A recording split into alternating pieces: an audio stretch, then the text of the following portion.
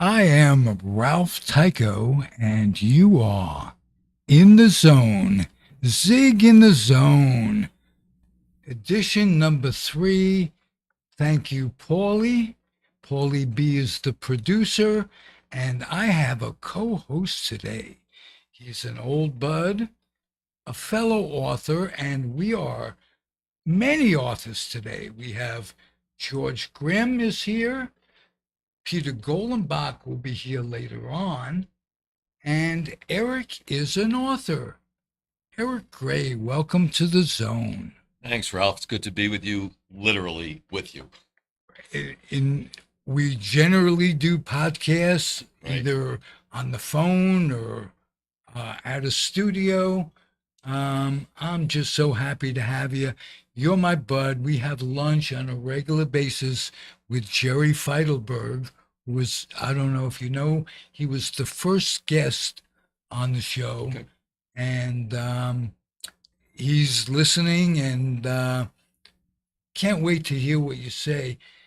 Eric, tell me about you and your book and how it came to be.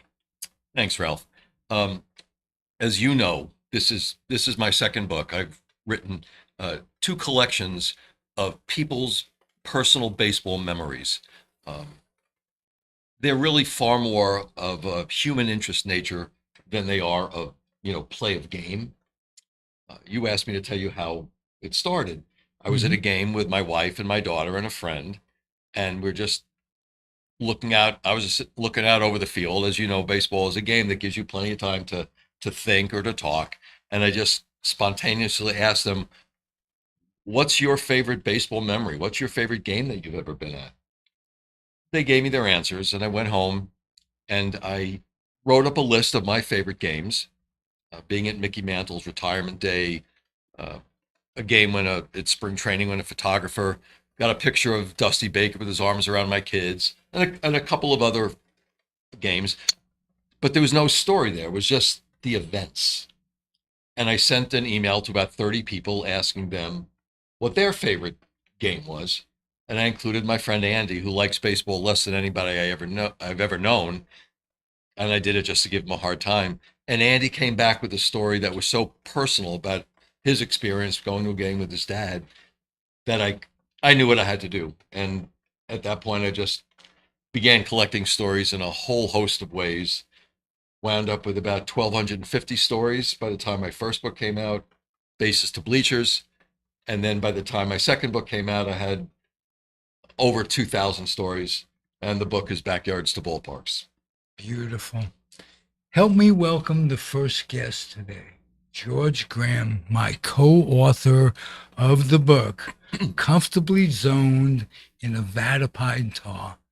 And George helped me complete my life, basically. He's, you got one to show too. And we're both proud of what we did. And we wrote a book together, and we only had one disagreement, whether to talk about fantasy baseball in one of the chapters. And I think George won out. I don't think that chapter got in. And if it did, you weren't all that enthusiastic about fantasy baseball. No, you had a chapter. You had a couple interviews with people talking about baseball board games, and That's what I meant. And not fantasy baseball board games, right? Yeah, I wasn't really crazy about it, but we did put it in there. I think you had 2 or 3 interviews in there, so that worked out for you. Good. You mentioned we were talking the other day, and the book came up. We're talking off the air, and you said you were looking over the book, and we really did a good job. What made you say that in particular? Oh, well, we had a lot of people on there, a lot of coverage of the New York teams, Brooklyn Dodgers, New York Giants, Yankees, Mets. We had people from the front office of the Dodgers. We had people who knew Jackie Robinson very well. We had Ron Rabinowitz, who as a child, was a friend of Jackie's and was a lifelong friend after that. And we had Billy Martin's son, Peter Golenbach, interviewed him. And we had so many great authors. We had Hal Bach, we had Peter Golenbach, we had many more that I just can't think of right now. George Case III. We had umpires. We had press box rats. We had people who earned their living from baseball. Anyone who basically earned their living from baseball, we had them in there, and they all told their stories. And it's really a really good book. I learned a lot from it. My job was just to make the interviews readable, because sometimes when the interviews sound good, but when you put them on paper, they don't mesh well, because there's a lot of thoughts that are completed. Sometimes Ralph had a cast of thousands on the audio, and so I had to mesh things together and make readable interviews, and it worked out really well, I think. Yeah, the book is based on my podcast interviews, and when That's I right. made these interviews, I didn't have a book in mind, so that it was very difficult for you at times to transpose the interviews that I did into an actual book. And it's the first time I get to thank you on a video podcast, No but problem. you made my my experience a terrific one. We worked. Well, sometimes the guest didn't really answer the question you asked. Okay, so I had to kind of massage your question to jive with his answer, but otherwise, it was pretty straightforward. We covered a lot of ground. Like I said, we had a lot of people in there. We have a interview with a guy named Don Waddell, who was born without eyes, if you can imagine that, and he became a broadcaster, a baseball broadcaster. We had Sherry, what's her name? Ralph? Sherry Davis, who was Sherry the Davis. first female public address announcer, Right. and I tried out for that job That's the right. same day Sherry did. I wanted to be. What a great job! My grandfather would have loved me having this job, and she got it. And amazingly enough, we became friendly and Mhm. then friends. And she's been in a number of my podcasts, and her experiences made up a great chapter for our book. And Eric, you're an author. Tell George what your favorite moment of being an author was. And then I'm going to ask what George's favorite moment was. Well, that's a good question. It's kind of like a mega moment. It's like receiving. So, George, you don't know this, but my book is a collection of people's personal baseball memories, and it's not okay to say, well, every time I would get a really great story, I'd get excited, because that happened a lot of times.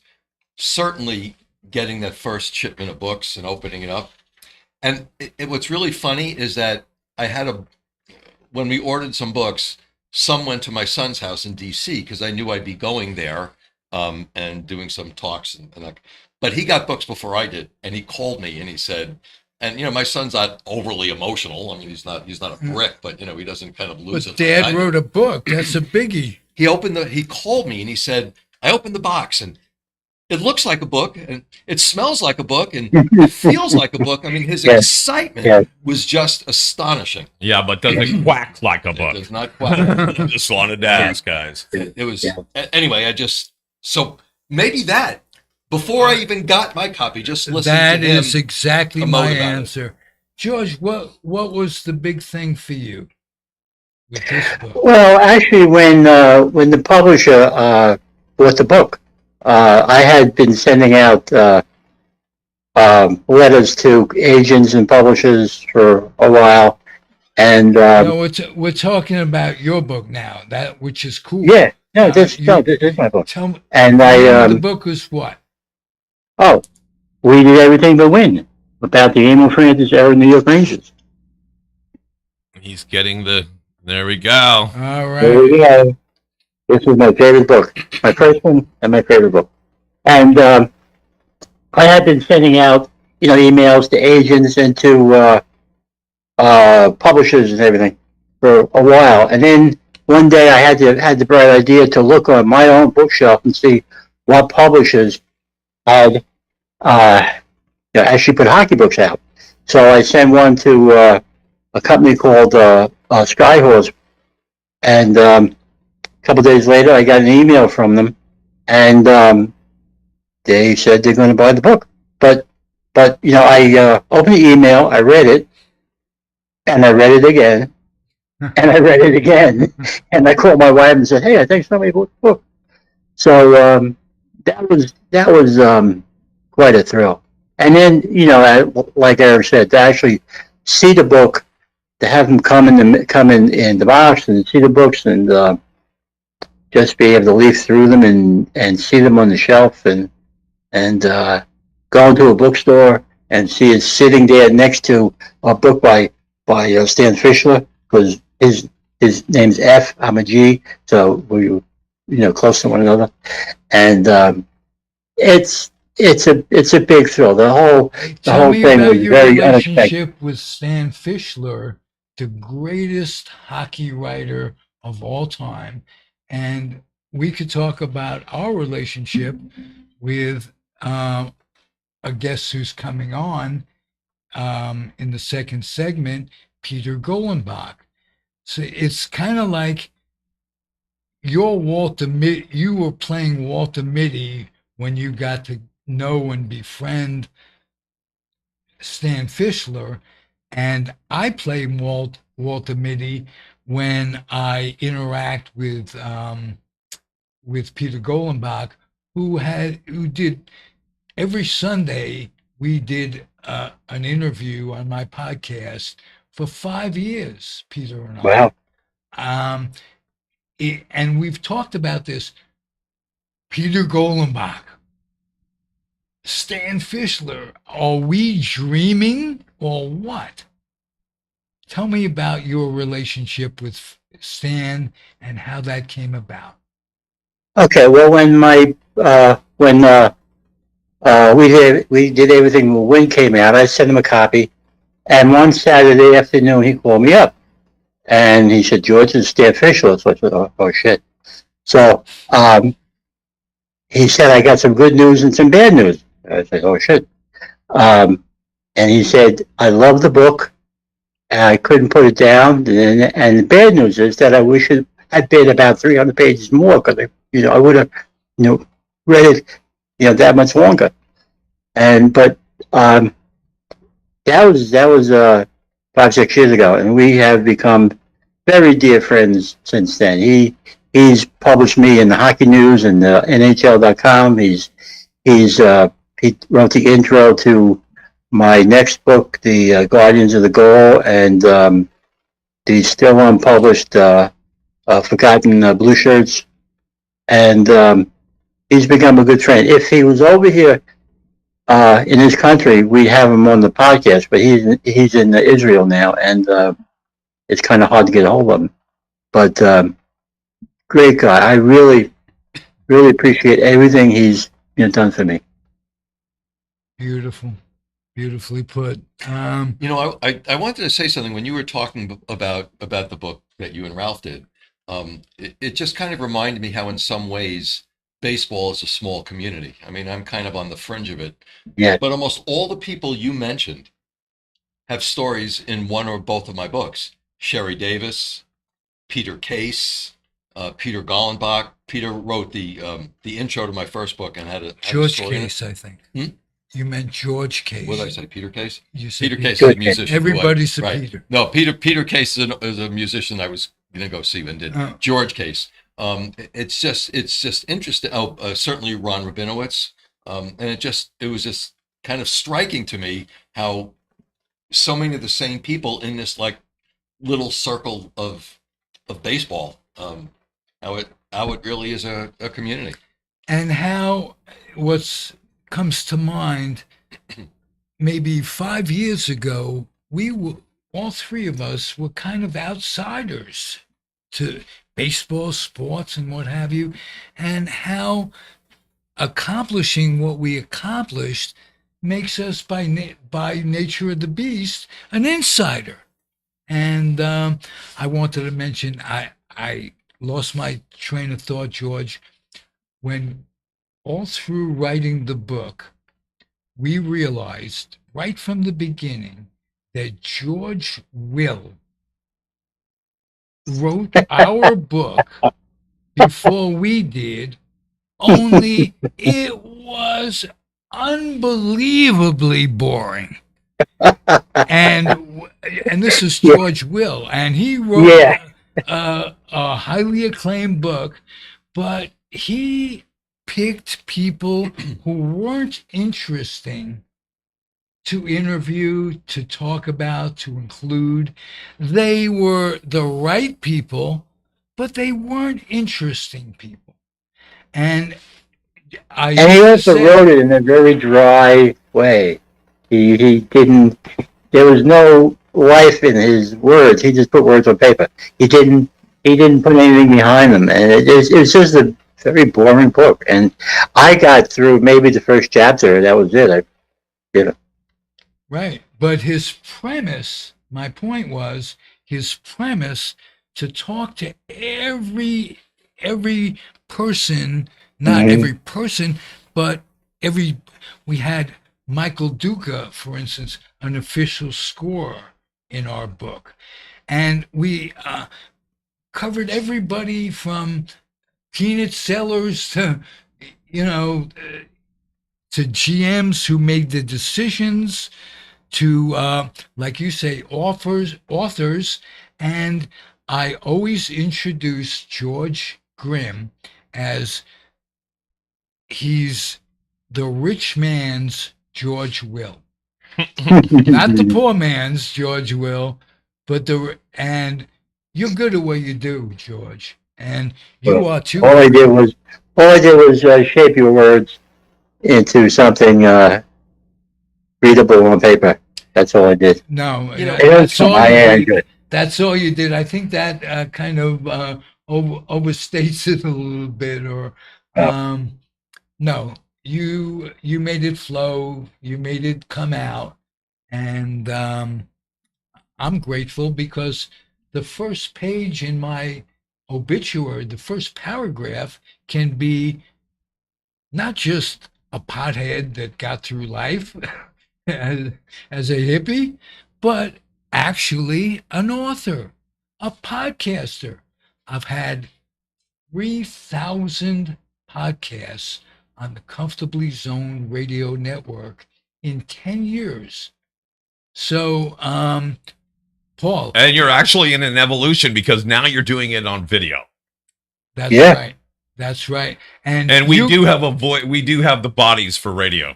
Bodies and faces for radio. we So- have that, And- but and Yeah, I need yeah. to pick up each one of your guys' book. I know Ralph has given me a copy of your guys' book. I need to pick that up because you guys are talking about these books and I'm so excited. I really need to start reading and watching less TV, folks. right. And so, I mean, the last book I picked up that I couldn't put down, it was only because somebody had spilt super glue all over it. And so this time I actually want to do it for a real reason. So, Well, I want to assure you that we have plenty of guests in the future, plenty of interesting people. And because of the podcasts I've done in conjunction with my Comfortably Zoned Radio podcast helpers, You're fully branded. If you were any more branded, you'd be Steer. That's true. I'll steer away from jokes like that. That's true. Steer away from Um, that. You know what I wanted to say about this book. The appeal to me about your book is what appeals to me in general about baseball books. I mean, reading a biography is fine. Reading the chronicle of a season is fine. Reading the history of a team is fine. If it's a biography on Mickey Mantle or, maybe Ernie Banks, someone I'm really interested, that's fine. I'm not interested in reading, the biography of Steve Garvey, and I don't even mean for political purposes. I'm just, unless the player means something to me, I couldn't care less. I don't care if a book is even considered to be great.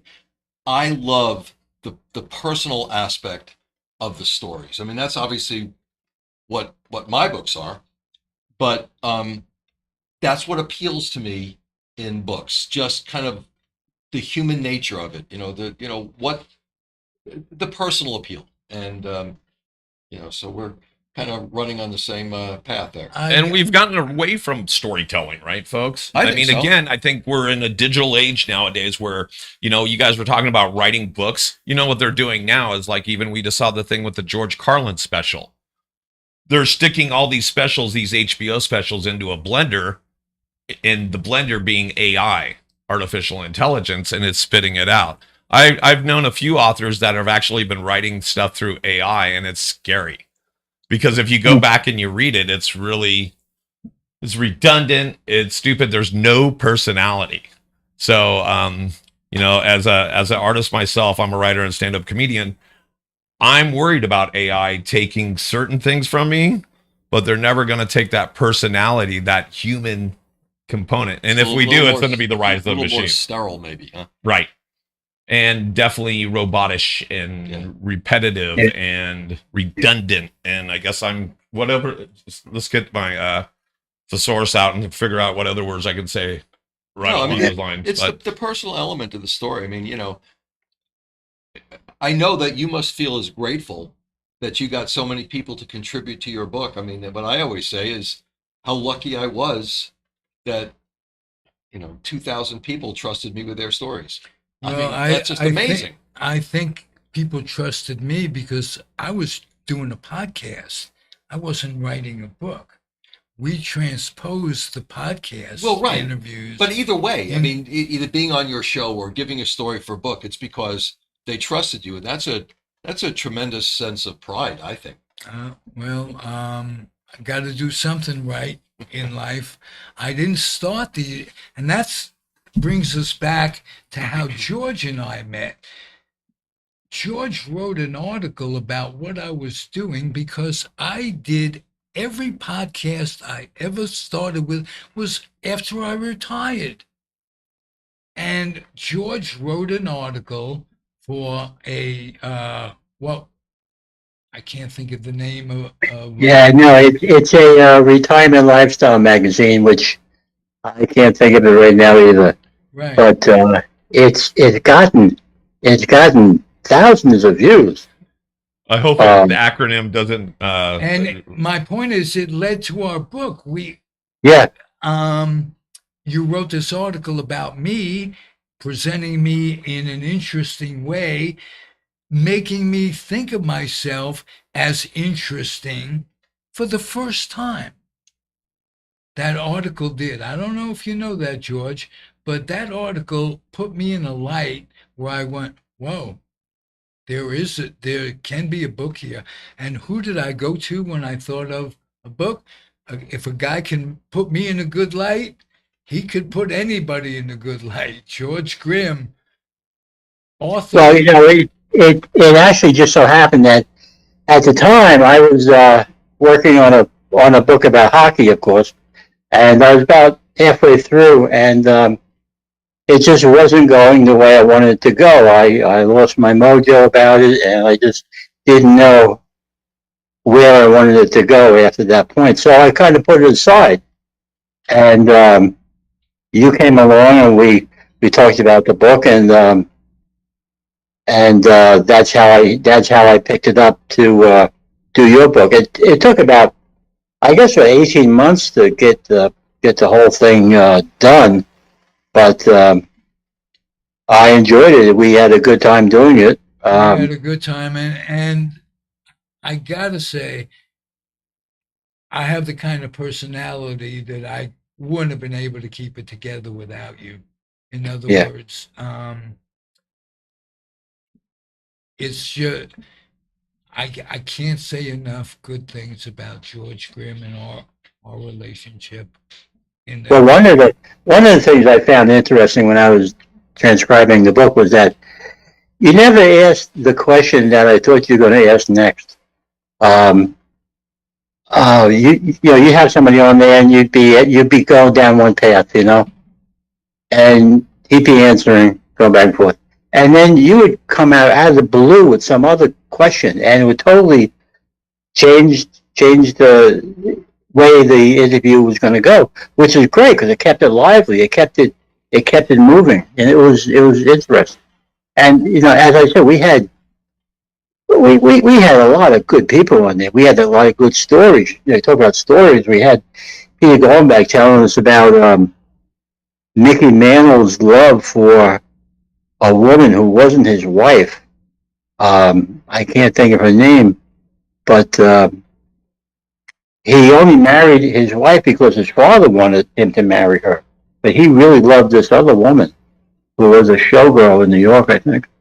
But and how Mickey got number 7, and we had Billy Martin's son, and we had a lot of Mets. We had Rod Gaspar, Ron Swoboda.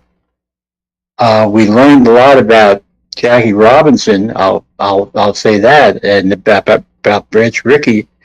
It was very interesting to work on. I really enjoyed that time. as If I didn't write it, I would have bought it. So right, I'm dying to ask you guys a question just because Sure. he brought up, Jackie Robinson and Branch Rickey and stuff. Anybody here in the room seen the movie, the biopic 42? Sure. How accurate was that? well, we'll ask Peter Golenbach, who basically wrote that. Oh, really? His interview in Bums, which is his first book on the Dodgers, included Rachel Robinson, and she gave him an interview that is absolutely the most incredibly accurate story about what went down in Jackie's journey. Right.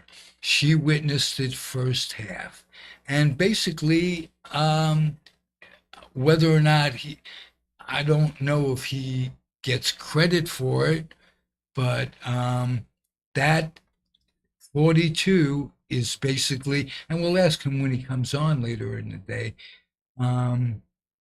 what that was about, because Rachel Robinson is directly responsible for making the great experiment work. He could not, Jackie, have made it through those years without the partnership and the love of Rachel Robinson and what they went through. I'll give you one quick story. He was on his way from California to spring training in Florida for the first time. And they kept bumping him and her from a guy would come on who was white. And, it was stops. It wasn't nonstop trips. And they bumped them.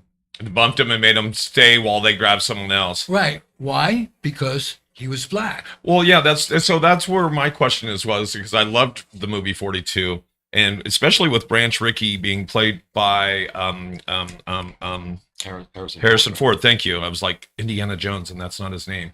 Harrison Ford is that it made it look like he had dealt with racism and that he wanted this to happen, but he also seemed like a very smart, business-minded person, and he knew that there was money involved. And so it kind of seemed like he was driven by two different things. In the movie, I think Harrison did a great job of really showing humanity. Well, I think you're right. I mean, I'm not an expert on the history there. I mean, I know some, but I think you're right. I think it took the dual desires of being a pioneer, but also there was something in it for him. Right. But I think you could also probably fairly say that if he wasn't interested in helping break the color barrier, it wouldn't have mattered how much he was going to benefit from it. He wouldn't have done it. Right. But I think it was also the inevitable, right? Because we knew this was happening. Someone had to be first. Somebody had to be first, and why not be that pioneer? Right. And so I thought that was really interesting. I thought some of the stuff he dealt with racism, getting bumped and not being able to stay in hotels, I kind of knew that from history, right? But some of it just brought a real humanitarian feel to it, and it kind of made you feel at home. So. Let me just interject that Branch Rickey wasn't the first person who lobbied for Bringing color. the first owner to do that was Bill Veeck, way back in the late 30s. What a surprise. He tried to get baseball to integrate, and he was the second.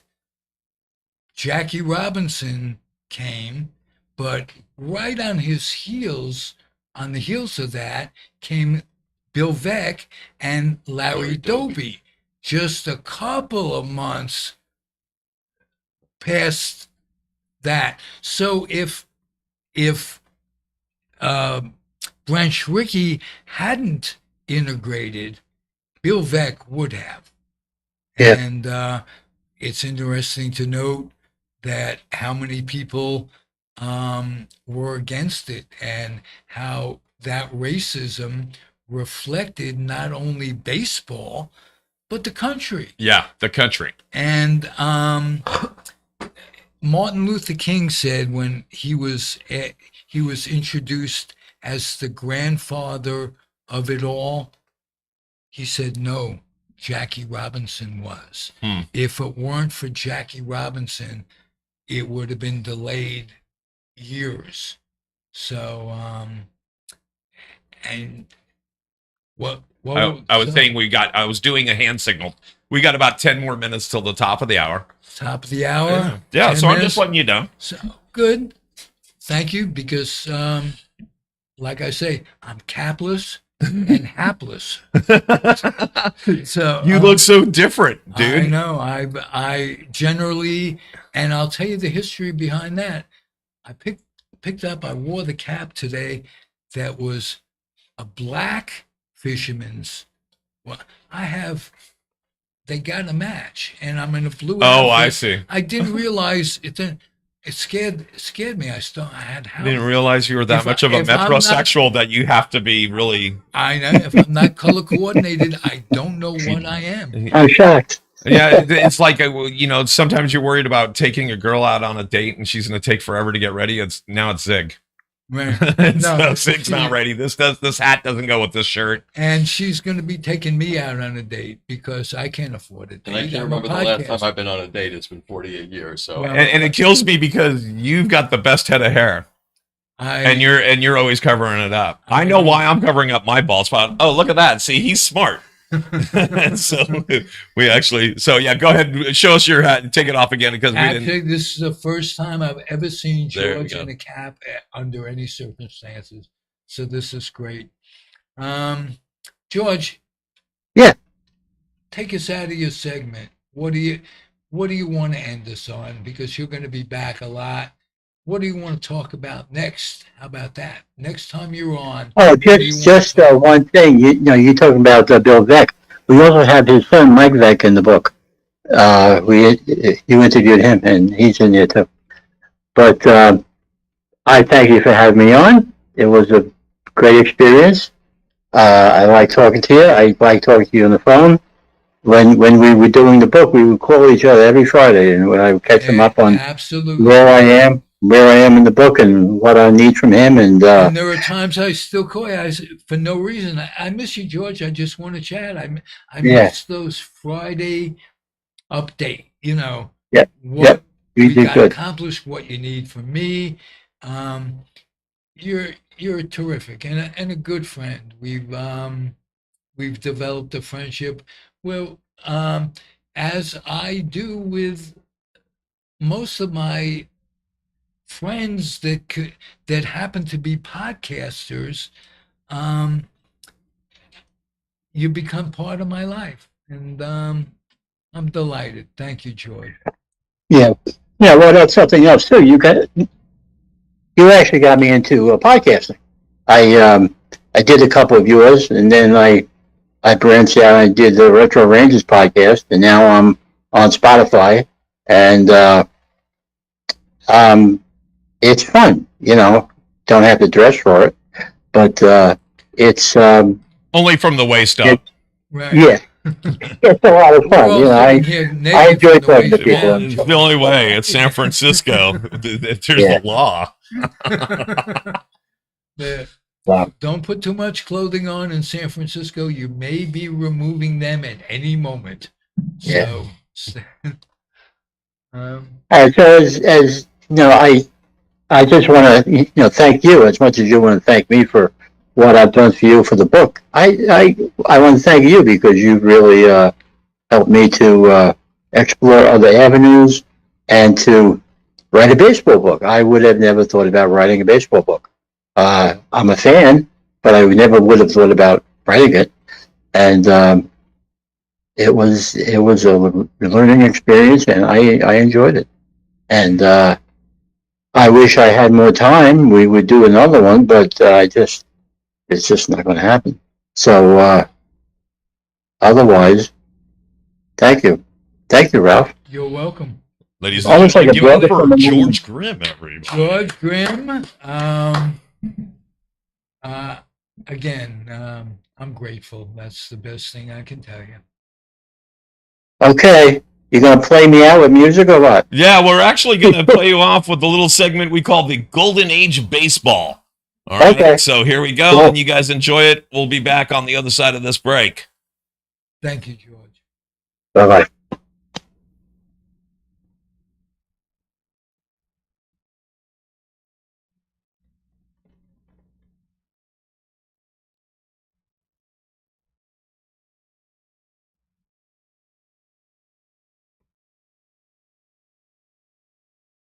So I love the slideshow. Lots of great photos from the Golden Age of baseball.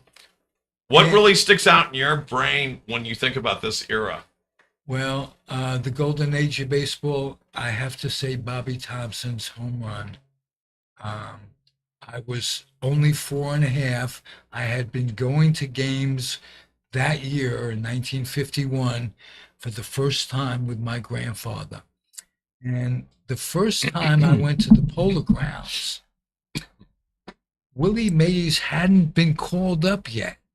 And my grandfather taught me the whole lot. I was 4.5, and we go to more than one game because he was semi-retired. He lived in the Bronx, and I was.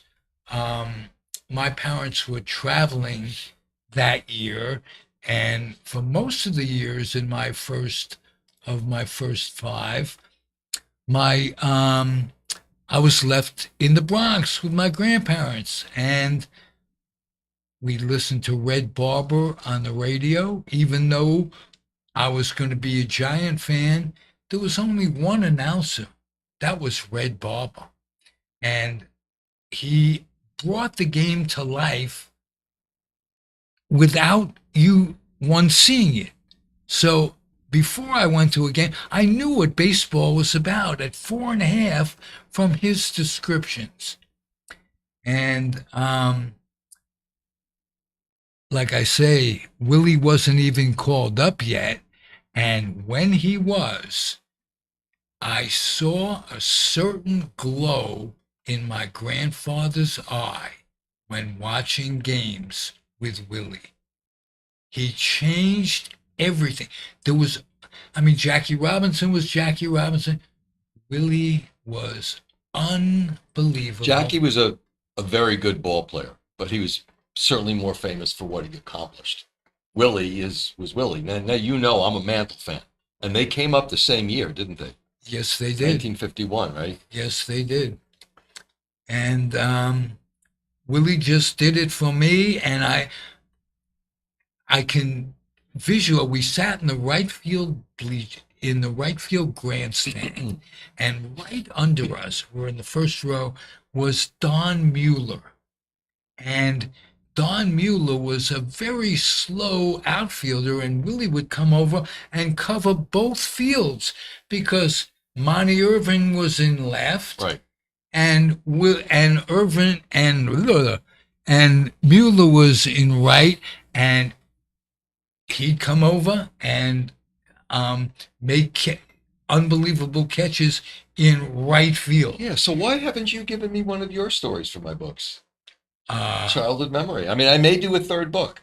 you're going to do a third book. Well, You my gotta next do book a is my third music book, but I may do a third baseball book. Sure, you will. You're going to live forever and keep this up. I don't think so. Really? My- The moment you stop, that's the problem. So keep rolling. Keep No, doing it, I Eric. intend to, but if I do a third baseball book, I want to do it without killing myself. I mean, Well, this how is- about if I put in the book, if we do a story about how I'm a Rolling Stone guy and you're a Beatle guy? That's fine. But I would, I'd certainly like your baseball memory too. Okay. I think Alright. so I'm going to talk. I'm kind of be the first few minutes of this next series. Yes, sir. We're going to talk until we get Peter on. Okay, And then so we'll talk to Peter. you want me to talk a little bit about my book, right? Sure. And read a few stories. Read away. I'm going to read, I think, 3 stories, which is probably a total of about 8 minutes. But I'll talk about it before that. That okay? Absolutely. I'm going to read a story that's going to make you. So you mentioned the golden age of baseball, right? Right. That's one of the chapters. Okay. Mickey, Willie, and the other greats of the golden age of baseball. And that's why we segued right into that perfectly. Yeah, We well- produced the show, folks, just in case you didn't know. I'm going to read my story about Mantle's retirement. The story I told you about the guy who, the Nolan Ryan, Robin Ventura thing, and then I'm going to read. You know Bob Kendrick is, right? Yes. Bob Kendrick is the director of the Negro Leagues Museum. Okay. I'm going to read his story about him and his multi-tiered relationship with Hank Aaron. Fits in perfectly. And you are a great technical producer, but I got to give myself a lot of credit for choosing the co-host of the day, who is absolutely charming. Thank you very much. Thank you. for And being again, here. author of Backyards to Ballparks. So, Eric, what actually inspired you to take pen to paper on this one? Well, as on this one or the first one, because On this this is one, Let's say this one. because I had done the first book, Right. and there were so many stories. I mean, I had 1,250 stories by the time of the first book. Not every one of them, as people would say, book worthy. Made the cut. Yeah, and it's a self-published book. I've got a publisher, Sure. and in fact, it's funny because George mentioned his publisher. I think he said it was Skyhorse. I was in touch with them, Oh, really? and she said, "I love the idea. I want more." But what she meant was she wanted every story to be a chapter long, and that just is insane. I mean, the stories are sometimes 3 paragraphs, and if I said to any of these people, "Could you give me more?" they'd say, "What are you, crazy? I've given you what I've got." Anyway, I had 1,250 stories. Many needed to be in a book, but at this point, I had already spoken with my publisher. I knew there'd be a second book. Right. So I deferred, and then I just kept collecting stories. I mean, to me, it was clear there would be a second book. It's kind of an addiction, almost like collecting baseball cards. Well, you're right, because yeah, that's it. Yeah. That's another See thing. how my mind works. Yeah. Yeah, I could have done my first book sooner than I did. It was 8 years from the time I asked the question till it came out. It could have been sooner, but I started getting greedy. Oh, and I just started thinking this would be a great idea. So this is, and if you hadn't called your Zig in the Zone, I would have been saying trading cards, because you guys are trading stories like you're trading cards, That's baseball, right? Yeah. I mean, that's, and like you said, sometimes it doesn't really matter who the subject matter is. Sometimes it's It's like when you hear a good song. We were talking about music earlier. I can put on a song and I can go, oh, this was came out in my senior year in high school. I remember dancing at the prom to this. I or remember all that stuff. I remember the cookies in the oven. I can smell them baking right now. You So transcend. I remember, because I'm from New York, I Right. remember going over the 59th Street Bridge, Oh, yeah. and this is not the Paul Simon song. I remember hearing, and you may know what this is right away. It's I Feel Fine. I remember turning the corner to head into the city where there's a Sloan Kettering Cancer Center. I mean, this is what I remember, right? I don't know what I had for breakfast today. And that was the first time I heard I Feel Fine.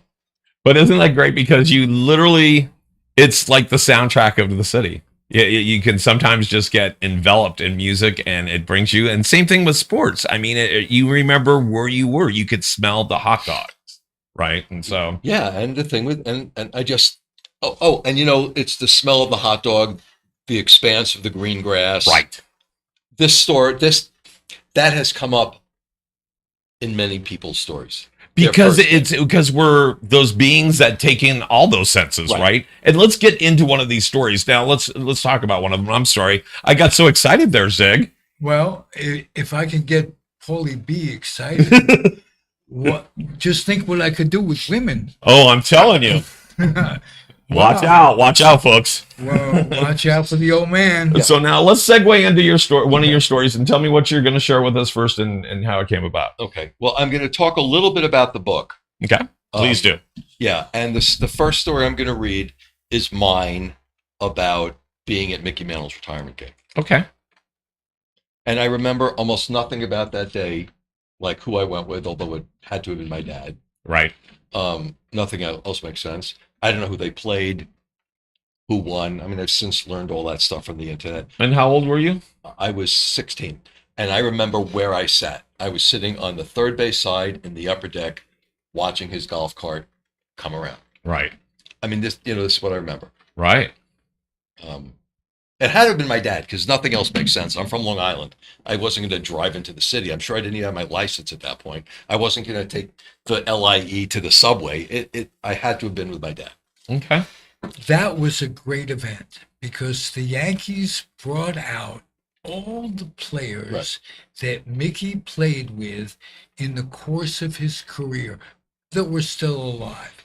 So they had guys lined up at third base like Dr. Bobby Brown and Gil McDougall, second base Bobby Richardson, Clete and what have Boyer, it. all of that. Tony Right, Kubek right. at short, Right. along with Phil Rizzuto. Scourin and Bauer and big, all those Right, guys. and Elston Howard. Talk about the catching that they've had in their organization, from Bill Dickey to Yogi Berra to Elston Howard Yep. to Thurman Munson.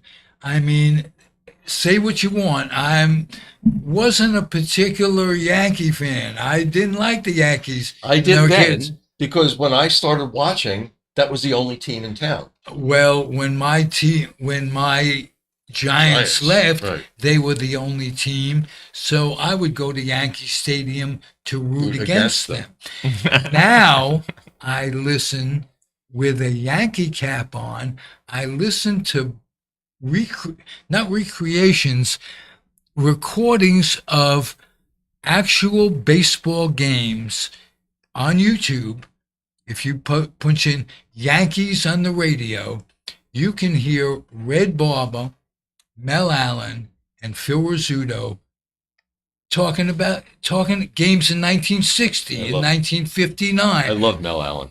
I love Phil Rizzuto. And we need to grab some of those sound clips. I know we're in the middle of a show, but we need to grab some of those sound clips so we can have them going off at certain times. That would be a great idea. I want to do anything I can to make this transform this from an audio podcast to a video. There's so much advantage that we have in making this interesting. Oh, yeah. And it's our third show, and We're doing pretty good, aren't we, Paulie? Yes, and I had to put a little light on Ziggy because he was getting in the dark there. Well, So I'm going So- to have about 10 or 12 minutes. Is that Yeah, right? we're going to be fine. Why don't you go ahead and start with your stories, because that way we're going to go. It's going to be really close, but we're Well, going to be fine. I'll talk a little bit about the book first. okay? Absolutely. put the camera on him. Absolutely. It is on him. Okay. You're fine. Go right ahead. Go for it. Go for it. Yes, please. Tell us about it. Well, thanks, Ralph, for having me on the show, and Paul for producing this. It's it's a lot of fun. I really appreciate the opportunity. That's music to my ears because I want you back many, many times. Thank you. I really appreciate the opportunity, and for asking me to talk a little bit about my books. So my books are collections of people's personal baseball memories, and as I think I've said it at the beginning of the show, they're more human interest than they are play of game. I mean, there's certainly some game action in the books, but they're really more kind of the personal element of it. And as I've mentioned, I've collected over 2,500 stories so far, and about 600 of them have gone into the two books. And who knows, there might be another one. So I'm going to read a couple of stories from, well, the way I got started with this basically is asking people about their favorite memories. And I did it in a whole variety of ways, by email, by seeing people on the street that were wearing some kind of baseball paraphernalia. I mean, it really didn't take much for me to kind of get into this book that I'm writing. Do you have a story to share? My first book is Bases to Bleachers. My second book, I guess I should hold it up, is called Backyards to Ballparks. More personal stories from the stands and beyond. And if people have stories that they want to share with me, please send me an email. It's a long but simple email, Eric, ERIC, .baseballstories, plural, BASEBALLSTORIES, @gmail.com. Obviously, I guess I should do a shameless plug. If anybody's interested in getting a signed copy of the book, please contact me. It actually, and I don't mean to sound like a goody-goody when I say this, it's a real thrill for me to be able to write a note to somebody in the book. I don't just write, enjoy, Eric. I write a note thanking you. So feel free to contact me if you have a story you want to share, or if you want to get the book. Yeah, and all that information, it will be down below and all these, but I actually check out everything that Eric does, and we'll make sure to leave that information there. Thank you. And I also have a new YouTube channel, Awesome. and it's the name of the first book. It's Bases to Bleachers. And what we're doing is posting stories, me reading stories and talking about some of them. And we've got about 12 up so far, and we're going to be doing this a lot. Of course, my producer is my wife, and who pretty much takes care of literally everything regarding these books. That's great. Yeah, she's pretty amazing. And what's her name? Well, shout out to her. My wife is Lynn Rhodes. All right, Lynn. Not only tell her name, which you did, tell me about your relationship, how that got started. And you've been married, what, 40 years? 46 years. I mean, that doesn't just happen. What went into that? Well, there's a lot to say about it. Now, what I will say, just for purposes of time, is Purposes of getting to know you. yeah, we actually met on my very first day of work. I spent my whole career working for the United States Department of Labor in job training for the needy, okay, for the underprivileged. The last 30 years was spent in Job Corps, and I met my wife, Lynn, my future wife, on my first day of work. She actually was assigned to show me my job duties. She wasn't my boss, but she was assigned to show me my responsibilities. And several months later, she was now in another unit, and we started to date. And that was July 30th, 1975 was the day our relationship became romantic. Let's just put it that way. There you go. I'm one guy who needs a lot of help in relationships. Tell me what works for me. It's a lot of respect, a lot of trust, a lot of learning how to deal with things. I mean, honestly, having, common backgrounds does not hurt. Having common interests doesn't hurt. And we both like a lot of the same things, baseball and music.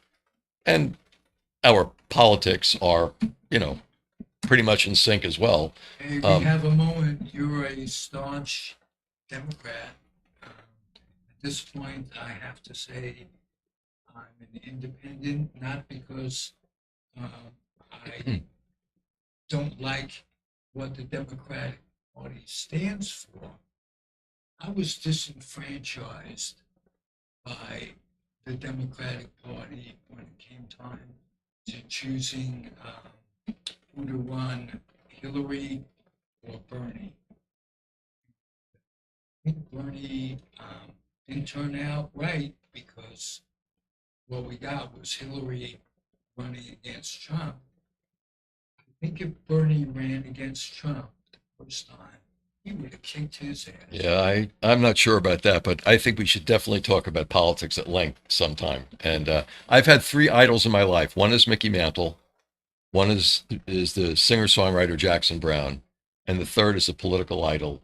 And I took a lot of abuse from my friends for this, but Hubert Humphrey. I think he was the greatest president we never had. And We anyway, have a lot to talk about when you come back. that's right. But let's get to one of these stories because we don't want to leave, have your other segment hanging out there too. All right. So how much do I have time for? Three or? You have time at least for two or three. Let's Okay. try it. Great. Okay.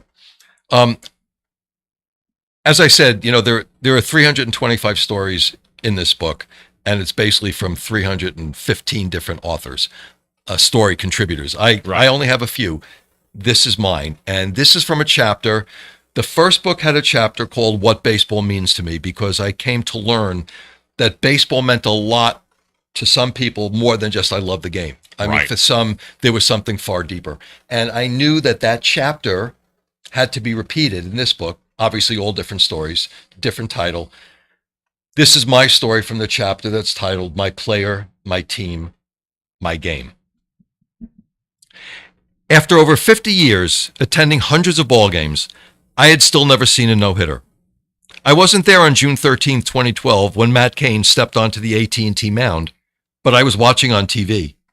My wife, Lynn, and I watched the whole thing, and our daughter, Rachel, was working at the park as usual for home games. As our collective favorite player, Matt Cain, was tossing more and more zeros, 0 hits, 0 runs, 0 walks, 0 errors, the tension and anxiety began to rise in our household.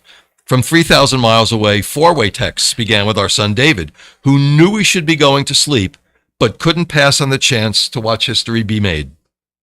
Gregor Blanco's catch in the 7th was the first breathtaking moment. For the last play, a tough hop to Joaquin Arias, who had replaced Panda for defensive purposes, made him step backward, taking away any momentum toward first. The play was made. Cain pumped his fist, and then came the phone call, a very brief one at 1 a.m. from David. This was history, just a 20-second perfect game ever. It was our favorite player who had accomplished this feat, and it was obvious that once again, this magical game of baseball had connected the four of us, from our home in San Francisco, to the press elevator in the park, to an apartment in D.C., to the pitcher's mound. 5 years later, Lynn and I got tickets for the last game of the 2017 season.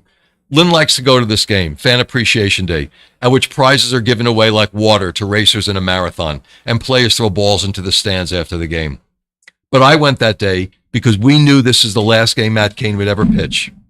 Several years of ineffectiveness, caused in part by the injuries that suddenly plagued this once impervious horse, resulted in his decision at the relatively young age of 33 to hang him up, rather than to keep pushing to regain a past magic. We knew he would get the start one last time, after half a season of doing bullpen mop-up work. He did, and he was magnificent, reaching back and pitching like the Matt Cain of old. And fittingly, befitting the term coined from his name, he got caned, receiving no run support. He pitched 5 innings, the last reputedly on fumes and adrenaline, and took the loss. Still our guy, I thought, as today I watched the ceremonies inducting him onto the Giants Wall of Fame, and it still makes me a little teary when I read this story. He will be my last ever favorite player. Oh man, Pete Alonso might sneak in there. I don't know, but Matt Cain is Matt Cain's my well, guy. we know he's near and dear to our heart here in San Francisco too. So there He you go. sure is. See, Eric is one of the few people that loves the Mets and really loves the Giants too. I do. And I have to admit that they left me when I was 11 to move out here. And I've had a bittersweet love affair with them all this time. And I got to see Willie because I came out here in 66 in the Air Force. I got to see Willie play in the second half of his career. And because we missed it in New York for a lot of years. And I still root for the Mets, even though I live out here. Mhm. And they took over in 62. So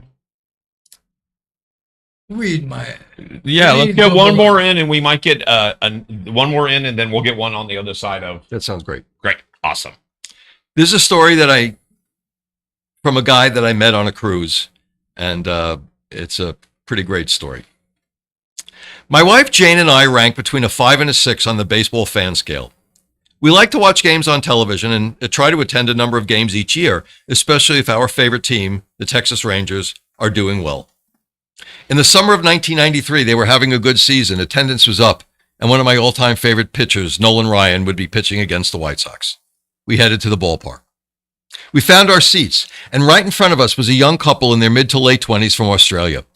As we began to chat before the game, they told us where they had been and what they had seen. They were having an adventure, making friends and memories on their travels. Their mates in Australia had told them they needed to go to a baseball game while in the United States, and this was the night. After several innings of strikeouts, walks, pop-ups, and grounders to second, the score was 0-0. The young man turned to his girlfriend, and in a typical Australian accent, which I probably will not do that authentically, he said, "Well, this is bloody boring." He couldn't understand why Americans were excited about baseball. His next step? Buy a couple of beers from a nearby vendor making the rounds. Rangers pitcher Nolan Ryan, a 46-year-old future Hall of Famer, was having an okay game the first few innings. The Sox batting coach was having his hitters crowd home plate to protect the outside corner. Getting frustrated, Ryan started throwing inside, moving the batters back to increase the strike zone. Robin Ventura, an up-and-coming 26-year-old left-handed hitter, came to the plate. As coached, he hugged the plate, and Ryan threw a high fastball on the inside. Ventura jumped back. To show he wouldn't be intimidated, Ventura set up even closer to the plate, and you guessed it, Ryan threw another inside fastball. With a combination of Ventura's location and the speed of the ball, Ryan hit Ventura in the arm, and the umpire sent Ventura to first base. After 2 or 3 steps toward first, Ventura decided to make his infamous charge to the mound. Ryan squared up, and when Ventura reached the pitcher's mound, Ryan grabbed him around the neck with his left hand and proceeded to beat the crap out of him with his right. Oh. Both benches emptied, and mayhem ensued. The rest of the story is baseball history. At that exact moment, the Aussie exclaimed, "This is bloody fantastic! It's starting to make me feel homesick!" He then said he now understood why Americans love baseball. To this day, I'm fairly certain this extremely excited young Australian believed having a brawl during a game was a common experience. I did not want to spoil his baseball adventure. And that's from Alan Foudy in Dallas, Texas. What a great story. Absolutely. And your book is crammed full of those stories. Crammed full of the stories. And when I brag about these books, it's never me talking about how great I am. It's how lucky I was that so many people trusted me with their stories. They trusted you because you picked people with passion. And that's what makes the book go. If the book were on anything and there was no passion, it wouldn't fly. And you know, Ralph, like is the case for you, the friendships I've made through this project has been pretty astonishing. I mean, the deep, close friendships. It's been amazing. Well, I'm pleased to be one of those friends. We're waiting for Peter Golenbach. And he is in the queue. I just want to ask Peter to do me a favor if he could turn his cell phone sideways so we can see all his lovely stuff going on behind him. It looks like it's not going to go with him. All right, so we'll go back the other way. That's fine.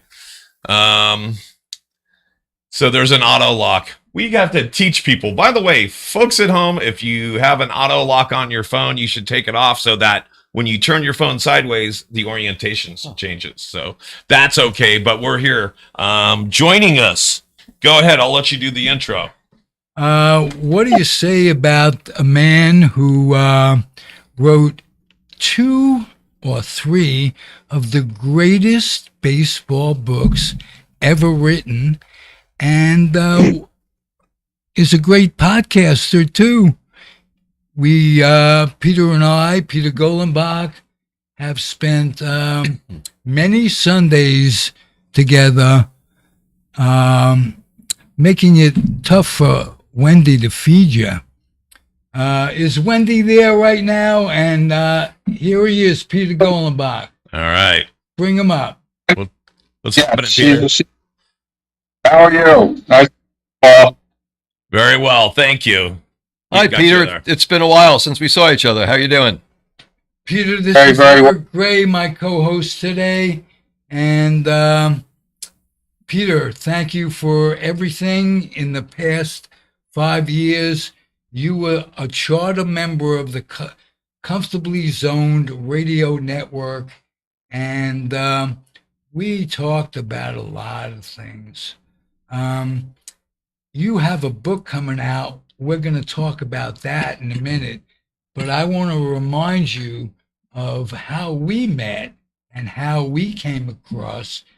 You wrote a book called, The Forever Boys. And I think at one time you actually told me it was the most important book you ever read because you changed your locale. And tell me about a little bit about the Forever Boys and how it affected you. Sure. So I was living in Connecticut, in Ridgefield, Connecticut, and it was a Saturday, and I did something that I didn't usually do, which is I went downtown and I bought a USA Today newspaper. And I opened this thing up, and in the middle, in the sports section, it says that they want players, former Major League baseball players, to play in a new winter league in Florida, the Senior Professional Baseball League. There are going to be 8 teams in Florida.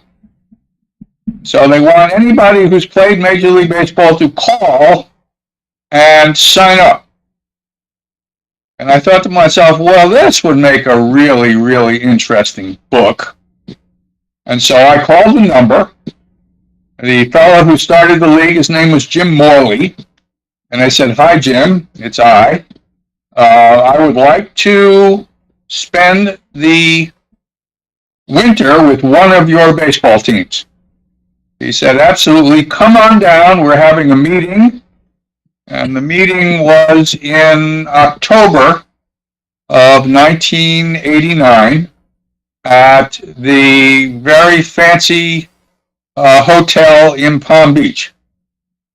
And I went there and I attended the meeting, and I decided that I wanted to spend the season with the West Palm Beach Tropics. Dick Williams was the manager. Ron Washington was the shortstop.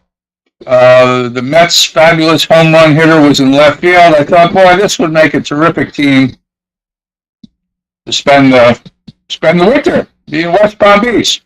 So I plunked down a couple grand to, this is my cat. What is my cat doing? I plunked down, Wendy, can you stop the cat? Can anyone stop the cat? No, they will. They are unstoppable. I don't know where the cat. Anyway, so I plunked down a couple grand to rent a house on Fisher Island And I got a call back the very, very next day from the PR guy from the West Palm Beach Tropics, who informed me that they didn't want me.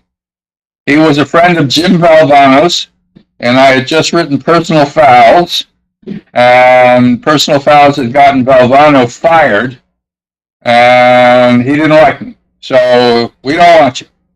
So I called Morley back and I said, "Oh, I need another team." And Morley said to me, "Well, I'm the owner of the St. Pete Pelicans, the St. Petersburg Pelicans team.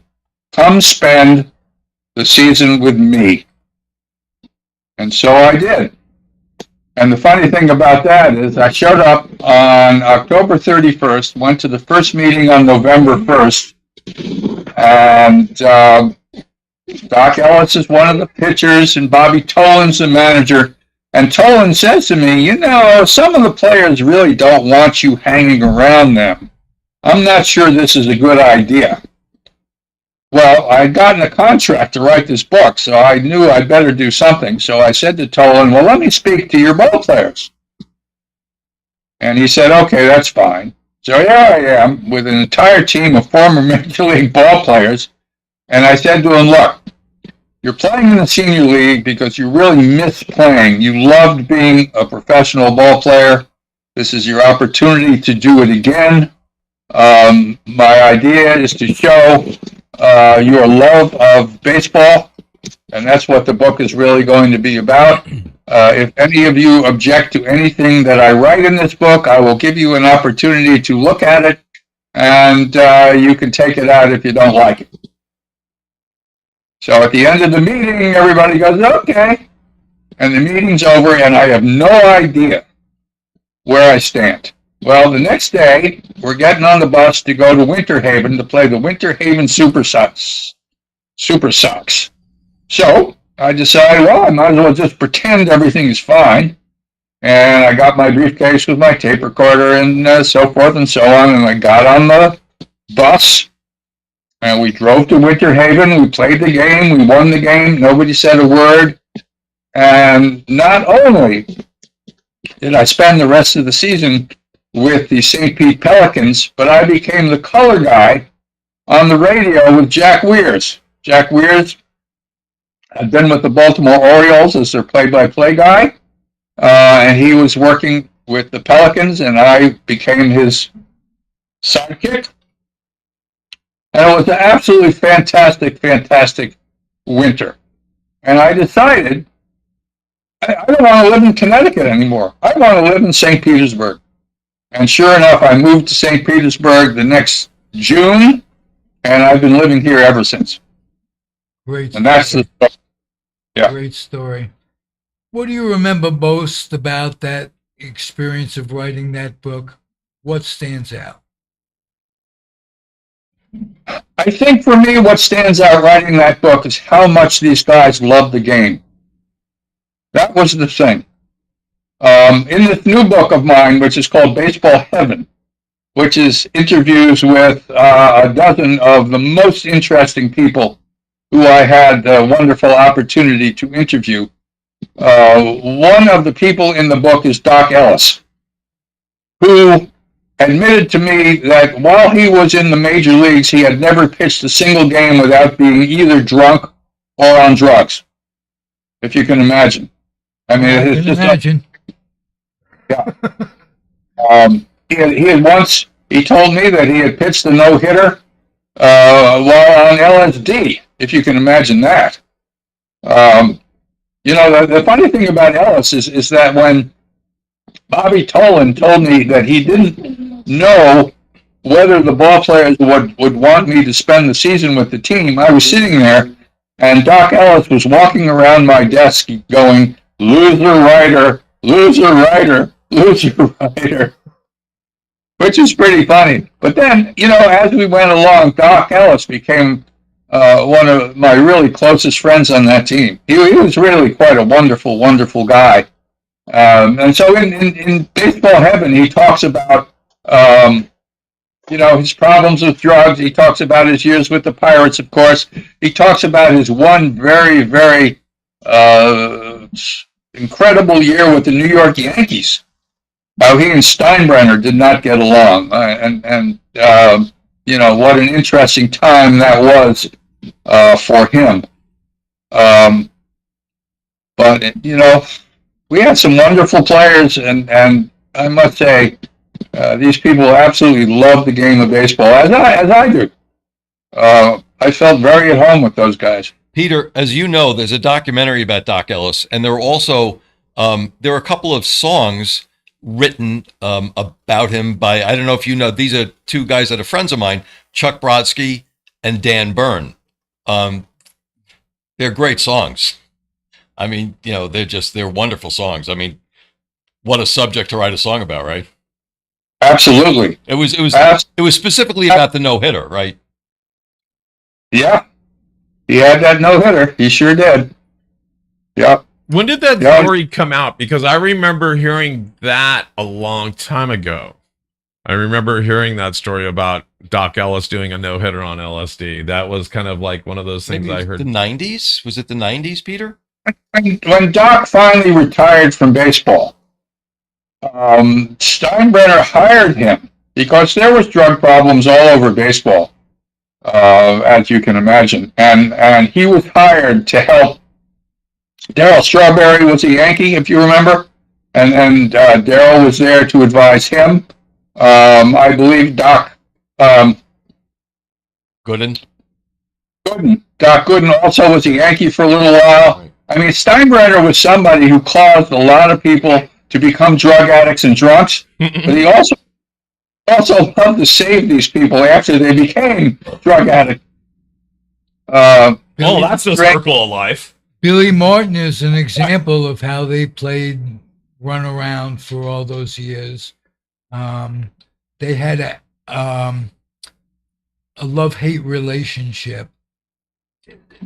Touch on that for a little bit, Billy Martin and Steinbrenner. No, that was not a love-hate relationship. That was strictly a hate-hate relationship. So don't be fooled. Billy thought he was a jackass. Billy thought he was a fool. And he was. He absolutely was. I mean, the only weird thing about it is that Billy loved being a Yankee so much that he was fired 5 times and kept coming back. You know, when Billy died, he was about to become the Yankee manager for the 6th time. Pete Boyer told me that they had been hired back again because every time Steinbrenner fired Billy, whoever took his place never did as good a job that Billy did. You know, I wrote a book about George. It's called George. And obviously I wrote a book called The Bronx Zoo, which was about the 78 Yankees. Probably the biggest selling book about baseball in history. And that was Sparky Lyle's, take on what happened during the 1978 season. Steinbrenner. I was the generation right behind you guys. Is Billy Martin the one that was RAs? Yes. For a while. Okay. And he was the one that was known as being a hothead and getting ejected from the game and like kicking dirt on people. That's right. Oh, I loved him in the 80s, the 70s and 80s here. Hey, of course you did. He was the best, as far as I'm concerned, he was the best manager of all the managers. Gosh. And Hall of Fame, I don't understand it at all, except, of course, he got fired 5 times by Steinbrenner, who sort of ruined his reputation. But Steinbrenner was very much like Trump. You know, whoever Trump touches, ends up either in jail or somehow, people, think he's an idiot, whoever it may be. Steinbrenner was kind of the same way. Yeah. You could catch that. I don't even want to virility or veracity or what's the word I'm looking for, just by osmosis. Being in the room, being in his orbit, it would just change you as a person.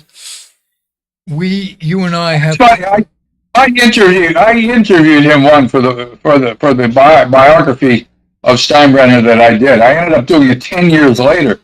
But it was funny. When I interviewed him, he said to me, Billy Martin and I did a book called Number One. And Steinbrenner said to me, I was going to sue you for that book, but I knew that you had taped all the conversations. And so you hadn't made any of this stuff up there. how he knew I had taped the conversations, I have no idea, but I had. You know what? If he knew that, how could he say I was going to sue you? You know, Well, that's right. He was going to sue me until he figured out that I had taped the conversation, so he didn't. right. But that's the mindset. Yeah, Do the mindset, first right. and ask questions later. Mm-hmm. Yeah. Tell me something about Billy that we don't know. Billy at one time had 2 wives at one time. Whoa. He had his wife in Oakland, Thesaurus. and then he had his girlfriend / wife to be in Los Angeles, and he would commute between the two of them for a while, and he kept one a secret from the other until the second one, who became Jill Martin. Jill decided that in order to get a divorce for Billy, that she would call his current wife up on the telephone and spill the beans, which is what she did, which resulted in a divorce. And then he left that wife to marry Jill. Wow. A very complicated person. Would you agree? Yes, he was. Yes, he was. He was. But the best manager, he was the very, very best manager of them all. He was. Yeah. Sad how he died too. Terribly sad. Unbelievable. Billy Reedy, who was Billy's best friend, was a friend of mine. And when I interviewed Reedy for my biography of Billy Martin, the first thing that Reedy said to me was, Billy Martin was driving his truck that day. And he proceeded to tell me what exactly had happened. So it was a freezing cold day, and it was snowing, and the truck slid into a ditch, and they were maybe 500 feet from the gate of Billy's house, and instead of just leaving the truck there, Billy decided he was going to get out of that ditch, and he turns the wheel to the left and floors it. But it was so slippery, the car wheels never left the ditch. It smashed into this pipe at the end of the road there, and Billy ended up breaking his neck. Only Reedy, who was sitting in the passenger seat, didn't realize that. And so what he did is he pushed Billy over to the passenger side, and he took over the driving, so when the cops came, he would think that it was Bill Reedy driving, so that they wouldn't say that Billy Martin was drunk, which might cost him being manager of the Yankees again. Only Jill Martin sued Bill Reedy and Ford and got $1 million out of it. But the truth was that Billy Martin was driving the car that day. Well, you and I spoke with Billy Jr. on 2 or 3 different podcasts. I think Billy Jr. is a warm individual, and of all the podcasts I've done, he stands out as one of the most humane person, most human person. Let's put it that way. I don't know if it's humane. Well, his mother was a really wonderful person. Billy had married her when he was the manager of Texas. This was another wife, and oddly enough, he was the one really who was screwed the worst by Jill Martin. Jill Martin, Billy was making like $800,000 a year the last 3-4 years of his life from the Yankees, and Billy didn't know it, but Jill Martin was stealing all that money and sending it out to Los Angeles over to a brother of hers, so that when Billy died, she announced that Billy was leaving the fortune of $8.85. So that, unfortunately, Billy's 2 children ended up with nothing. Wow. Which was really quite a disgrace. Yeah. Hey, speaking of terrific wives, you have Wendy handy. Put her on. Let's get a view. No, she's coming. All right. She's on her way. And then after that, you can give us a tour of your man cave. I would love. That's what I was going to ask. Hey, You got to be in the. good to see you. I'll ask you the same question as I asked Eric, who's been married now for what, 48 years? What makes up a good marriage? Yeah, and you guys, as far as I can see, and I've followed you for years, have a terrific partnership. What do you contribute that to, Wendy? Getting married late in life. Okay. Would you like to expand on that a little? Oh, that was the one at one. Okay. 60s. I wasn't in my 60s. I'm older. I've never been in my 60s. I'm still 25. Oh, okay. We were in our early 60s, and we've both been married before, learned a lot, and we're ready to, I don't know. It just fit. You know, I met her at the Trop on third base Really? on Valentine's Day. Literally. Oh, wasn't that love? Yeah, That's on it. Valentine's. Wendy, you were a baseball fan, obviously. Yes. First. Boston. And This being from must have Boston, been like the Briar Patch for you, a baseball fan. Did you know of Peter's successes? And No, she knew I had a nice car. That's what she knew. Yeah. okay. She knew I had a nice car. I knew nothing. When I met him, I knew nothing about his career. Wow. But it became clear early that he was a huge baseball fan, as I am. So that was good. There's the cat. You are both so damn fortunate. Very And fortunate. again, all those podcasts that Peter and I did Sunday nights for 5 years, you were the one that really kind of, come on, Peter, we got dinner going. How long are you going to be? But you were very patient. And I'd like to thank you because Peter was the reason that my podcast went to a comfortably zoned network of podcasters, and I had you to draw from, Peter. So I wanted to thank you, and I'm very appreciative for how this has turned out. Now, take the camera and show us your man cave, like Paul suggested. Give us a little tour of what you got going on there. All right. Well, let's see. It's hard for me to see what I'm showing you. You see Mickey there? Oh yeah, we Oh, see yeah. Mickey. Got Mickey. Let's see what I can do here. It I looked got, like a Bradford exchange with players. 70. There's a 7. Can you see the 78 Yankees here?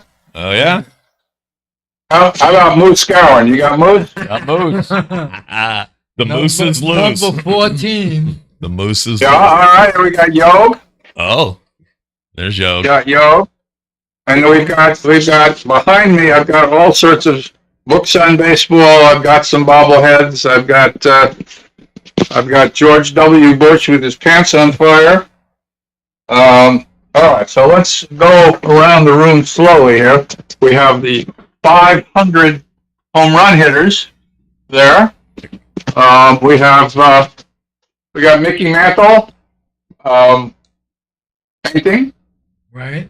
We go slowly around the room. Just see the room. We got bobbleheads. We got a lot of bobbleheads. Oh, yeah. We got all my books. I'm starting We to got get more older. bobbleheads. I feel like a bobblehead. My head's moving so much. We got more bobbleheads. And I don't know if you can see how far this goes, but we got more bobbleheads and bobbleheads. Is that Billy Martin right there with a light beer? The standee. What's that? No, that's Richard Petty with his Oh, that's Richard Petty. What's he doing in there? Petty and Davey Allison. Davey died in a car crash. Actually in a helicopter crash. Got bobbleheads. Here, how about those? Because the Yankees, those are all Yankees. Did you see them? See, that I'm wouldn't always- work in California. They'd all be bobbling because of the earthquakes. They'd fall right off. Yeah, right. There's That's my favorite picture of you. yeah, it's a Roger Maris, Mickey Mantle, and me. Wow. And I don't know what else do you want me to show you. Well, Here's Mickey. I Yeah, want you to Mickey? tell me about your We biggest got thrill. Don Larson. We got Babe Ruth over here. We have Fenway Park. Anyhow, Yeah. and we got me. I wanted to ask you about your biggest thrill. My biggest thrill of meeting Wendy. Was it getting the contract to do Dynasty, getting permission? I know that Marty Appel helped you along those lines. Yeah. And tell me, Marty Appel, assistant PR guy for the Yankees in 1972. I was working at Prentice Hall as a lawyer, writing about President Nixon's wage and price control weekly, when I happened to see the Prentice Hall trade book catalog. And my favorite book of all time had been The New York Yankees by Frank Graham. I probably read it 15 times. And that book was written in 1946, I believe, 47 perhaps. And I thought, wouldn't it be great to write a sequel to Frank Graham's New York Yankees? And so I went downstairs to the trade book division at Prentice Hall, and I met the guy in charge. His name was Nick Dincheco. And I said to him, I really, between 1949 and 1964, the Yankees won, 14 pennants in 16 years and 9 world championships. And nobody's ever written a book about it. How about letting me write a book about it? And I'd been the sports editor of the Dartmouth when I was at school. And when I was in law school, I had written various articles for the Stamford Advocate. Bobby Kennedy, who was Walter Kennedy's son, was the sports editor of the Stamford Advocate. And he and I made a deal. He gave me credentials to all the teams in exchange for my writing articles for the Stamford Advocate on the weekends. So I had a little bit going for me, and I was fortunate that Dincheco was a Yankee fan, and so he gave me a contract. He gave me $2,500 advance, and sent me on my way. And it was the beginning of the rest of my life. Wow. Yeah. What would have you done? I know you were already an attorney, and I don't think you enjoyed practicing law. Am I correct? Well, in law school, I worked for Williamsburg Legal Services. So I did a lot of things that benefited a lot of people. And I enjoyed doing that. But more to my liking, I loved being a newspaper guy. Before I got my contract, I had worked at the Bergen Record as first reporter and then as an editor. I was the assistant night news editor, and I was well on my way going to the New York Times had I continued doing that. If I hadn't gotten the contract to write Dynasty, I would have spent the rest of my life as a newspaper, probably editor. Okay. But what happened? Really odd. I wrote Dynasty, and then I got the job with the Record, and I got a call one day, and he said, "I'm Billy Martin's business manager. Would you like to write Billy Martin's book?" And I went, "Yeah, I would." Apparently, when I interviewed Billy for Dynasty, I had written that Billy, ooh. Did we lose Can you you? still see me? Yeah, we can still Can you see you. still see me? You're fine. I can't, as long as I'm fine. I had written that Billy Martin was as important to the Yankees as Mickey Mantle and Whitey Ford. And Billy apparently liked that. So he wanted me to write his book. And I said, yeah, absolutely I would. And then he couldn't do that for some reason. And the businessman said, I have one other client, and that's Sparky Lyle. Would you like to do a book with Sparky? And I said, not really. I mean, what does Sparky have to say? And I'm living in Connecticut, and he says to me, come down to Fort Lauderdale and meet Sparky and hang around with the other Yankees and see. And I did exactly that. And sure enough, I'm standing there in the locker room with Sparky and Billy Martin and Reggie Jackson and Thurman Munson and Greg Nettles and Ron Guidry. And I thought to myself, if Sparky would keep a diary with me, I think we would have something really special here. And I put this to Sparky, and he said, yeah, I'll do that. And that's what ended up becoming the Bronx Zoo. What I did was that Sparky was sort of angry because he had been the Cy Young Award winner in 1977. At the end of the season, George... Right? What's that? And they brought in Gossage.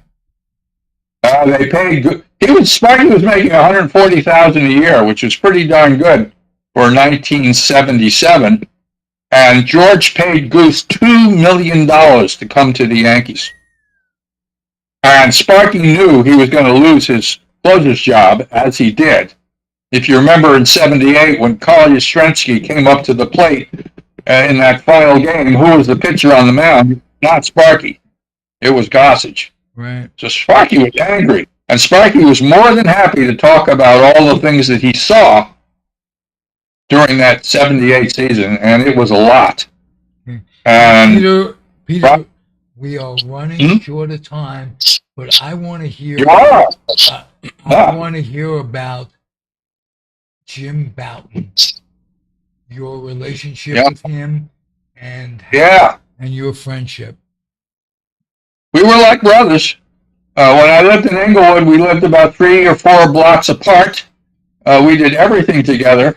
I babysat for his kids when they were 11, 9, and 8. We raced our cars against each other. He played for Jim Jensen and the CBS All-Stars, and he invited me to come and play on that team, and I did.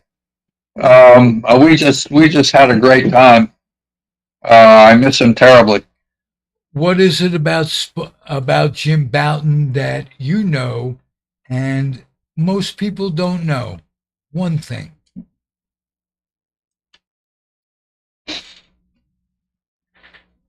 I think this is also how much he loved the game.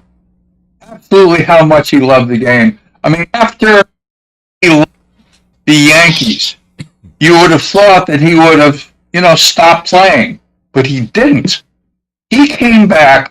It was amazing because I was there when he did it, and he pitched for the Atlanta Braves. He was like 37, 38. As a knuckleballer. Yeah. And he pitched the knuckleball.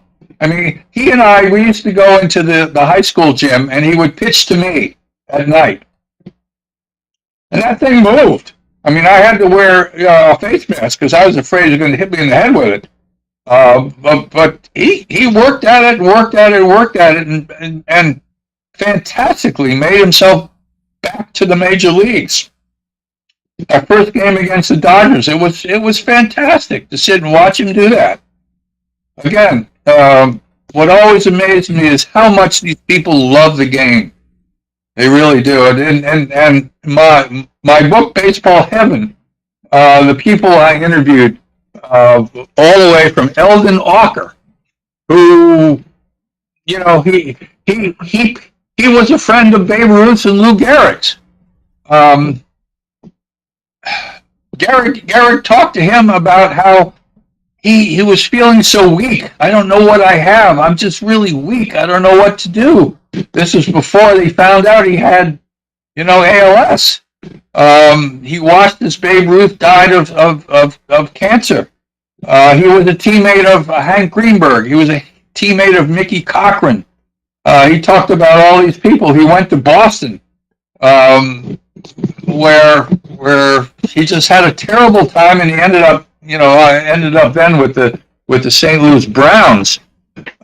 Johnny Pesky talked about he was supposedly the goat of the World Series in 1948, and he talked about why he should not have been at fault.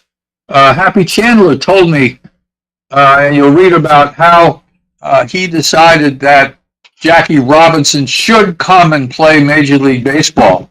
That if he went to heaven, that God would not have accepted him had he not.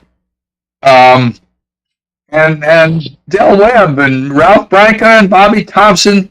I interviewed Donald Hall, the poet, who just loved the Brooklyn Dodgers. And then Rod Keneal, Doc Ellis, and Gary Carter fill out the book. So that's my book, Baseball Heaven. It's coming on March 5th. If you want to get pre-orders for it, it's a good idea. It'll help me. How do we get those pre-orders? Where do we go? Where do you serve them up for us? Go to Amazon Books and look up Baseball Heaven, and you can read. You know, one of my critics said it was the best baseball book he's ever read. Thank you, Tony Castro. You read all about it on Amazon. And again, that's on Amazon. That's Baseball Heaven. Author Peter Gollenbach, author of The Bronx Zoo, Dynasty, Bums, and now Baseball Heaven. So, Hey, Peter, I want to thank you again for, you wrote the introduction of my first book, and then you also contributed a story about it's for the chapter Let's Beat the Crowds, about the playoff game that I think Wendy wanted to leave, and you said let's not, and That's for sure. That's for sure. Yeah, you wound up being rewarded by staying, right? Yeah, the amazing 2011 victory for the Tampa Bay Rays. Right. So I just wanted to thank you again for contributing that to the book. You're very welcome. Anytime. And you wrote one of the forwards to my book, Comfortably Zoned in Nevada Pine Tar. Yes, I did. And George Grimm was on earlier in the program, and he's indebted to you because I remember when you agreed to write that, you couldn't imagine how happy George and I were, because I mean that legitimizes the entire project, and so I'm grateful. We all love Peter Gollenbach. I also wanted to tell you that I've become friends with your good friend Rich Hershenson. Very good. Yeah. Glad to hear. Yeah. Okay. all right, Richard? guys, you know what time it is. We're at the bottom of the ninth, and we're Bottom going of- into extra innings because it's all tied up. We gotta go. Okay. All right, Bye. so give it up for Peter Gollenbach, everybody. Thank you, my friend. Come back soon. All righty. You Oh. take care now. So long. Adios. All right, so we're back here live in studio. That was a blast. Hey, interesting topics and interesting people are a great combination. And that's what my podcast has always been about. It doesn't matter what the topic if it's not interesting, and it doesn't matter if it's interesting if the topic doesn't interest the host. Right. So I think I got it down. Paulie, thank you. Oh, no problem. We're gonna get it in the last story. That's why we're into extra innings. We need to break this tie. We have one more story. We're gonna go segue right over. Thank you. See how I do this? You do. We are going into extra innings, You folks. do this with excellence. I mean that. I appreciate it. Thank you for being my mentor in all of this. Well, thank you for keeping me in the zone, Zig. Okay, my pleasure. Let's hear from Eric again. All right, Eric. Segue. What are we talking about now? What's the last story for you? This story is from the chapter of Mickey, Willie, and the other greats and the greats of the golden age of baseball. All right. Now, I'm going to start off by saying that people, when I tell them about the books that I'm writing, Mm-hmm. they will ask me, do you have a baseball story? They say, well, what are you looking for? Right. And I will say to them, well, I mean, they say a lot of things, but one of them is you can't just tell me that you were at a game, a historic game. There's no interest in there. It's got to be what your reaction to it was. How did it make you feel? Just something going on. Right. And this is to me, the greatest example that I could possibly share. All right. I was almost 12 years old, living in Crawfordville, Georgia, a small town 80 miles from Atlanta. It was April 8th, 1974, and Hank Aaron came to bat in the fourth inning against the Dodgers' Al Downing. Of course, Hank was sitting on 714 home runs, tied with Babe Ruth. I'm sure the capacity crowd in Atlanta was as quiet as it was in my living room. People were divided regarding how they felt about the inevitable breaking of Ruth's record. There were baseball purists who thought that records are made to be broken, and there were those who didn't care to see records fall. Some simply couldn't abide a black man beating the Babe's record. In my town, in my house, there was no question about wanting this to happen. Reception on our television was always spotty, depending on the weather and how you turned the antenna. It was a cloudy day, which thankfully made for good reception. I sat on my mom's easy chair in the living room waiting for the pitch. When Hank hit that home run, I'd like to say it was as noisy in my living room as it was in the stadium, but I was concentrating far more on circling the bases with him than listening. The couch was first base, TV was second, another couch was third, and then I was at home plate, back in the easy chair. I will never forget that moment. Many years later, in 1999, as a director of the Negro Leagues Baseball Museum, I had the chance to meet my idol, Hank Aaron. It was the 25th anniversary of the day he broke that record. The Kansas City Royals brought him to the area for some functions, and I had the distinct honor of touring him through the museum. Preparing for this tour, I had been a wreck. I debated for an eternity what clothes I should wear to greet him. At the museum, there was a huge media throng. As we toured, I showed Hank and his wife Billy a photo of when he was 17 years old, preparing to join the Indianapolis Clowns. It had been a long time since he'd seen that photo. He mentioned that before he had the nickname Hammerin' Hank, in the Negro Leagues he was called Pork Chops. I asked him about that, and he said it was probably the only thing he knew how to order off the menu. I remember so many things about that day, including his comment that the day he broke the record had brought some painful memories for him. He had been under constant threat of harm as he neared the record, and he feared for his family. After the ceremonies, we went to the Gym Theater across the street from the museum.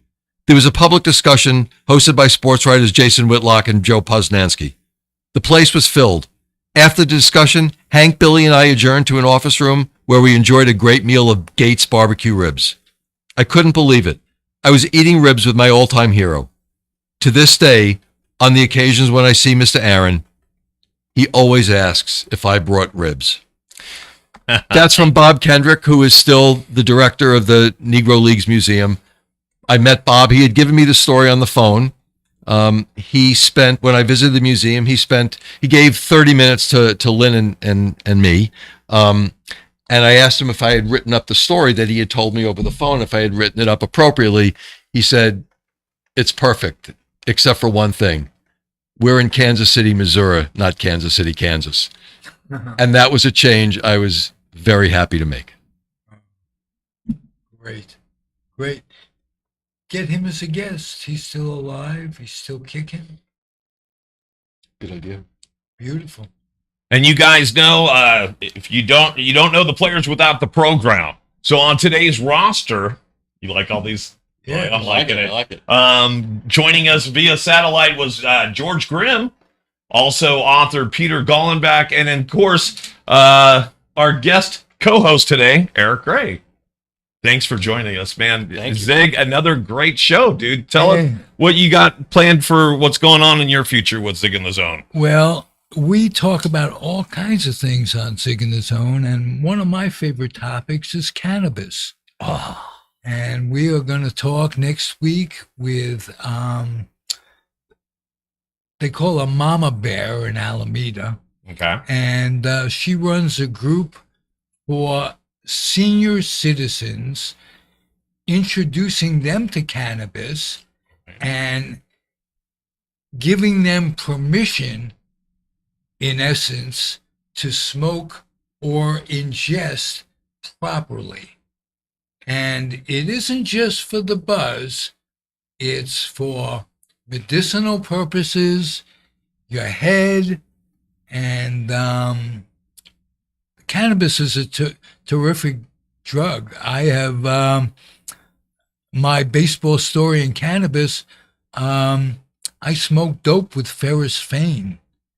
who had been busted after his major league career.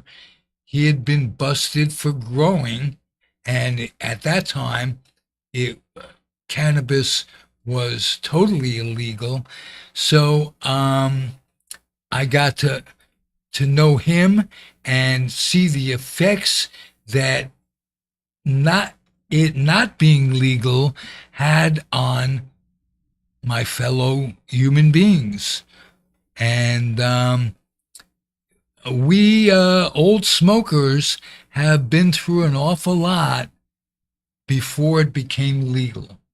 And I'm going to talk about that and other things next week. And is that with Melody Mims Montgomery? Yes, it is. Cool. If she had only been there when George Clinton or Bill Clinton needed to know how to inhale, it would have been Right. fine, right? Or needed to know that it was okay To to inhale. inhale. There you go. And it set the movement back. And now what we have, I don't know how it is in all states, but in California it's pretty mellow. The clubs, the dispensaries are now priced fairly and can provide a wonderful high and legally. In Alameda, we have 3 clubs. Little Alameda. Oh, I know. The world is a changing, man. We've got them all everywhere now. They even have clubs. They even have a church in Oakland that's Zydor where they have magic mushrooms. Oh, really? Yes, because it's legal over in that county. I've had some mushroom experiences in my life. Have but- you ever pitched a no hitter though, Mr. Ellis? Well, that's the problem. That is the problem. That is the problem. Great show, Paulie. Thank you. And Thank you you for guys are doing always a it. blast. You guys make me feel younger every time I sit in studio with you. So thank Good. you, Zig. Thank you, Eric. And give that last minute shout out to whoever you're doing. And then we are out of here. Eric, give a shout out. Anybody you want to say hi to the wife? Because, happy wife. Lynn, thanks for all that you do to make these books happen. And keeping this guy in line. As I told you a million times, I could never do all this stuff without you. There you Wow. go. And right over to you, Zig. I know something you're grateful for. Give me something you're grateful for. I'm grateful for this show at this moment. Me too, for this time. And for you guys, thank you very much for tuning in to Zig in the Zone. You can catch us every Tuesday from 11 to 1 PST. Oh, man. Here we go. It worked today. It did. And we are out of here, folks. Enjoy the rest of your day. Thank you, everybody.